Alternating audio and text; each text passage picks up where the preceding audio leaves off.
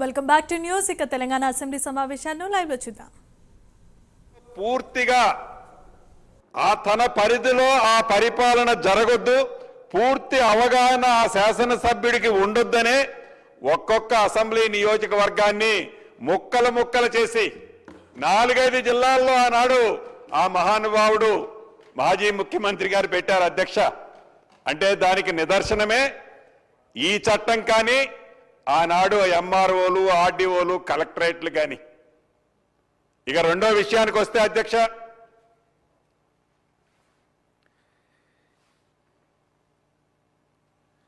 గౌరవ హరీష్ రావు గారు ఇందాక గౌరవ ముఖ్యమంత్రి గారు చెప్పినట్టు పదే పదే ఈ గడిచిన 5 రోజులు 6 రోజుల నుంచి పచ్చి అబద్ధాలని నిజాలుగా చిత్రీకరించే దాంట్లో ఇందాక మహేష్ రెడ్డి గారు సహచర శాసనసభ్యులు చెప్పినట్లు వారు మాట్లాడుతుంటే ఏలు పెట్టి బెదిరిస్తున్నారు.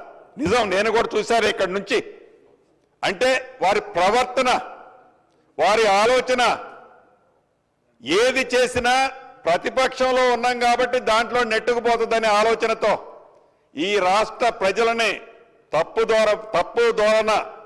దోవ పట్టించే ఆలోచనతో వారు ఏదైతే చేస్తున్నారో ఈ రోజు చేసిన దాన్ని నేనే కాదు రాష్ట్ర ప్రజలంతా కూడా ప్రతిదీ ప్రత్యక్షంగా గమనిస్తున్నారు. గతంలో 2 సార్లు బుద్ధి చెప్పారు. మళ్ళీ అటువంటి పరిస్థితి కాకుండా ఒక ప్రధాన ప్రతిపక్షంగా మీరు ఏ సూచనలు ఇచ్చినా మంచివైతే, ప్రజలకు ఉపయోగపడేవైతే ఈ ప్రభుత్వం సేకరిస్తుందని మనస్ఫూర్తిగా అందరికీ తెలియజేసుకుంటూ, ఇంత మంచి అద్భుతమైన అవకాశాన్ని ఇస్తూ ఇంకా కొన్ని నిమిషాల్లో ఈ చట్టాన్ని ఆమోదించబోతున్నందుకు నిజంగా నాకు చాలా ఆనంద బాష్పాలు వస్తున్నాయి అధ్యక్ష. అంటే నాకు తెలిసి రాష్ట్రము ఉమ్మడి ఆంధ్రప్రదేశ్లో కానివ్వండి, తెలంగాణ రాష్ట్రం ఏర్పడిన తర్వాత ఒక్కసారి 2020 చట్టం తప్ప నాకు తెలిసి ఇదే సభలో నేను 3వ వాడిని అనుకుంటా.